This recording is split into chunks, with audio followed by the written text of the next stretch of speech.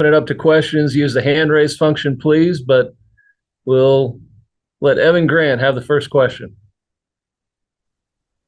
Hi, Kyle. Nice to meet you. Congratulations on your deal. I get the first question because I'm the old man in the room.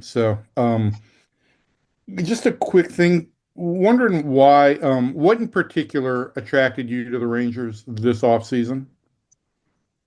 Yeah, I mean, I think it's this is a really good squad. Obviously, I think everyone will probably say that they underperformed last year, but I think the team as a whole is a fantastic roster. Chris Young this offseason, he made it very clear how committed they are to winning, and they basically told me that signing me was a big priority of theirs, and having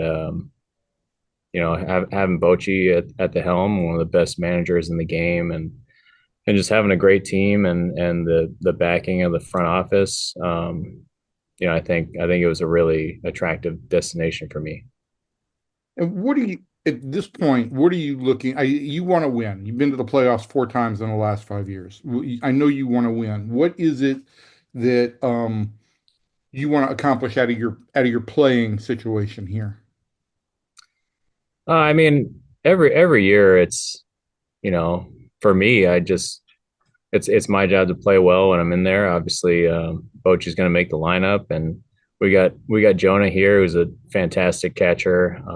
He's a guy that I really like watching play, and so I think for me, it's about trying to make the team better in whatever way possible. So if I can help the pitchers out, if I can help Jonah, play well when I'm called upon, I think that's going to lead to some success. Great, thanks. I'll turn it over to these kids. All right, Jeff, go ahead.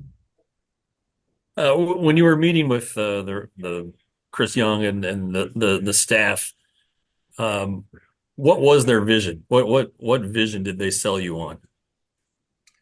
I think anybody can see the lineup. It's a fantastic lineup, and for them, they want to play baseball the right way. They want to do the fundamentals. They want to just make sure that we're out there playing good baseball, and I think they really sold me on the fact that I can have a chance to help out the pitching staff and to be an asset to this team and in doing the things that I do well. What from what you know of the pitching staff as it is now, DeGrom, Rocker, a bunch of other guys. What do you like about it?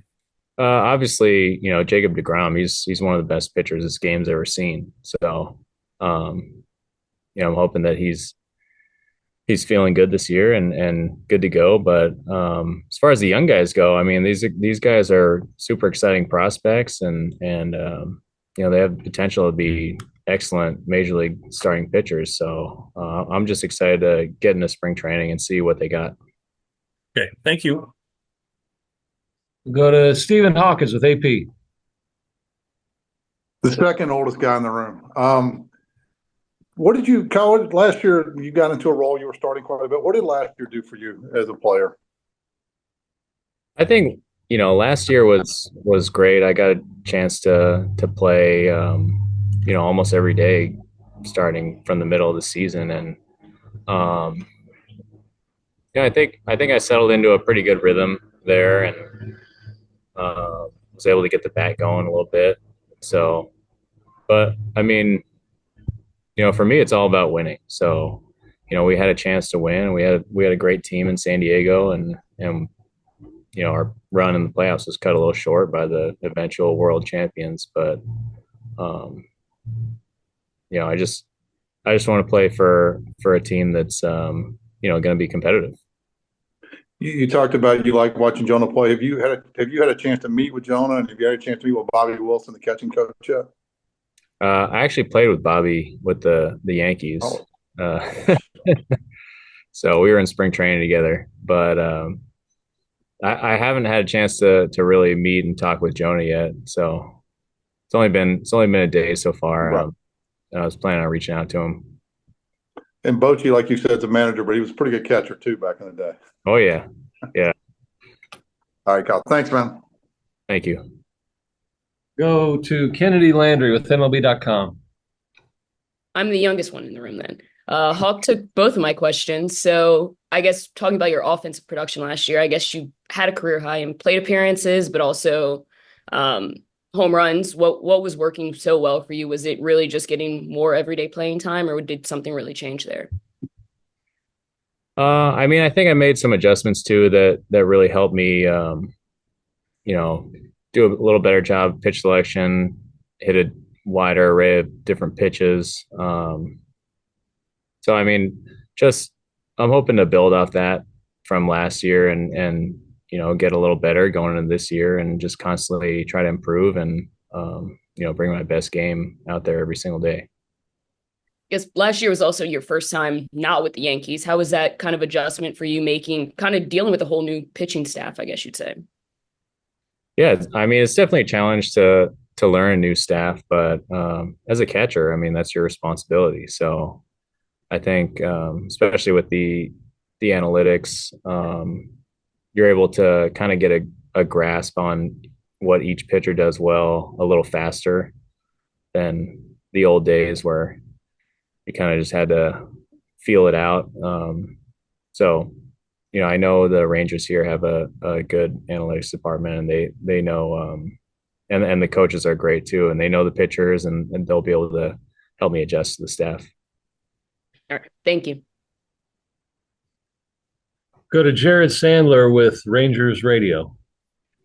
Hey, Kyle. I know someone mentioned Bobby Wilson earlier. I'm just curious if Jose Trevino's talked to you at all about the dynamic or relationship they had, or what it was like learning from him, or I guess what conversations, if any, you've had with Jose just about the organization.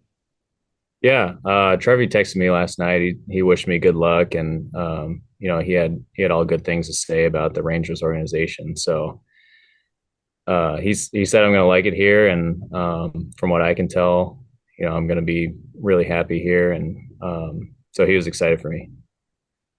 And then I guess you got some memories at Globe Life Field already with the no hitter that you caught, and then Aaron's 60-second. Anything stand out to you in particular about either of those events and being in that ballpark and having those memories?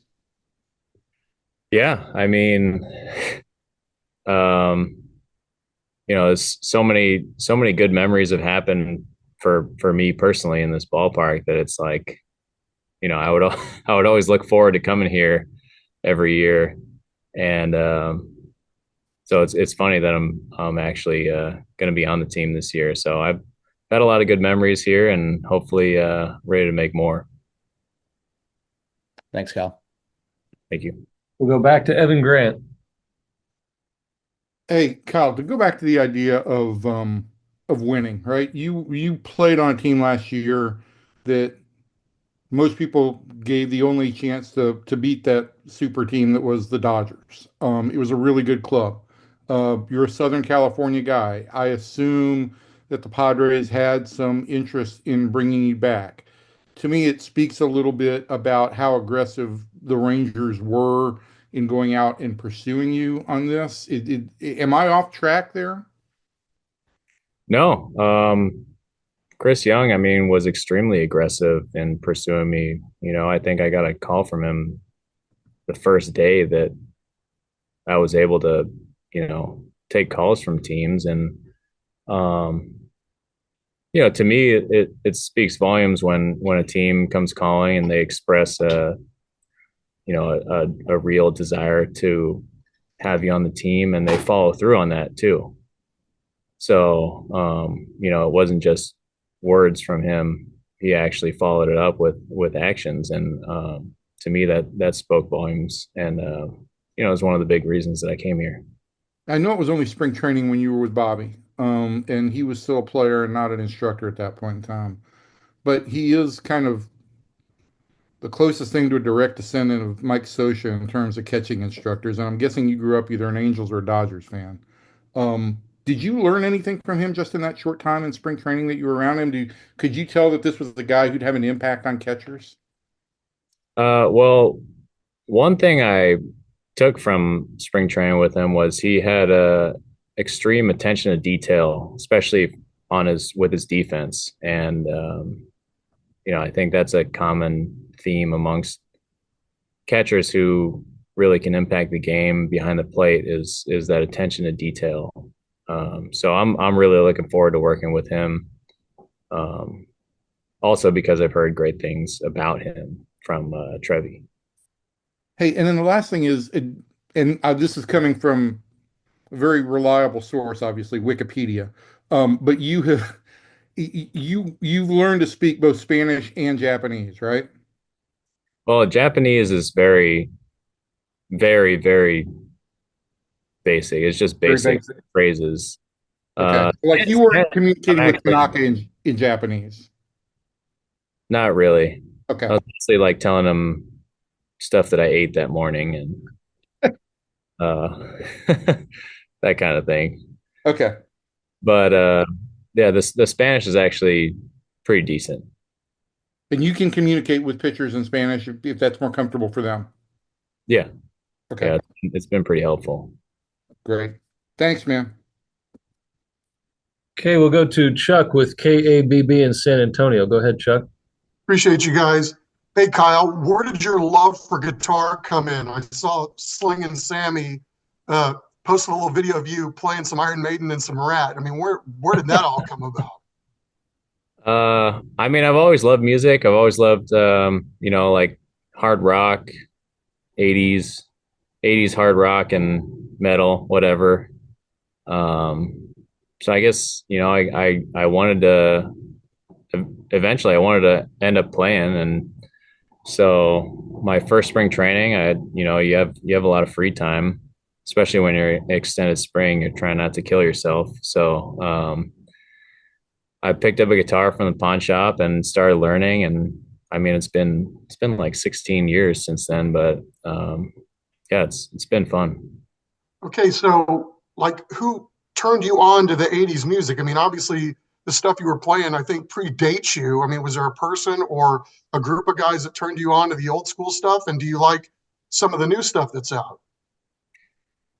Well, when I was in high school, my mom got this new minivan with a 6 CD changer, and she one of the CDs she had in the car was a Van Halen greatest hits, and I thought that was like the greatest thing I've ever listened to. So that's what kind of turned me on to that. Anybody new or contemporary? Any, guitar players that are out there now that you've kind of gravitated to or learned some new tricks from? Um, I don't know about learn new tricks. I've kind of stagnated in my playing, but I like a few newer bands. Like there's Tool. They're not that new, but a little bit of Ghost. Um, yeah, just a couple new bands like that.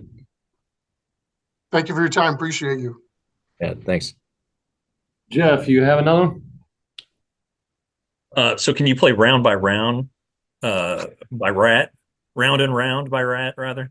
Yeah, well, I was playing that so much last year in the clubhouse that it got banned. I mean, it's their best. But on a baseball note, did you want to get this over with free agency? Did you not want to wait, or were you willing to go into January if the right thing didn't come around? I mean, I think every player probably, I'm assuming, wants to get it over with as quick as possible. I think it's nice to know where you're going early in the off season and to have things settled. So, but again, I was lucky that teams started pursuing me early as well, and especially the Rangers were ultra aggressive in that. And so yeah, I'm very happy that I'm done and decided this early. Okay, thank you. All right. Looks like no more questions. If anyone has any last questions, go ahead now. Rich, do you want to ask Kyle what he can do with Pearl Jam? I mean, I know that's your deal. Well, that was he obviously likes the heavier stuff, so maybe Soundgarden or something would be more in his wheelhouse for the grunge era. Alive is one of my like go-to songs to play. That's good. Yeah. That's good. Look at that. You're bonding already. We'll get Great, the Kyle. clubhouse. Great to have you. Thanks for the time, man. Yeah, thank you guys. Thanks, everybody.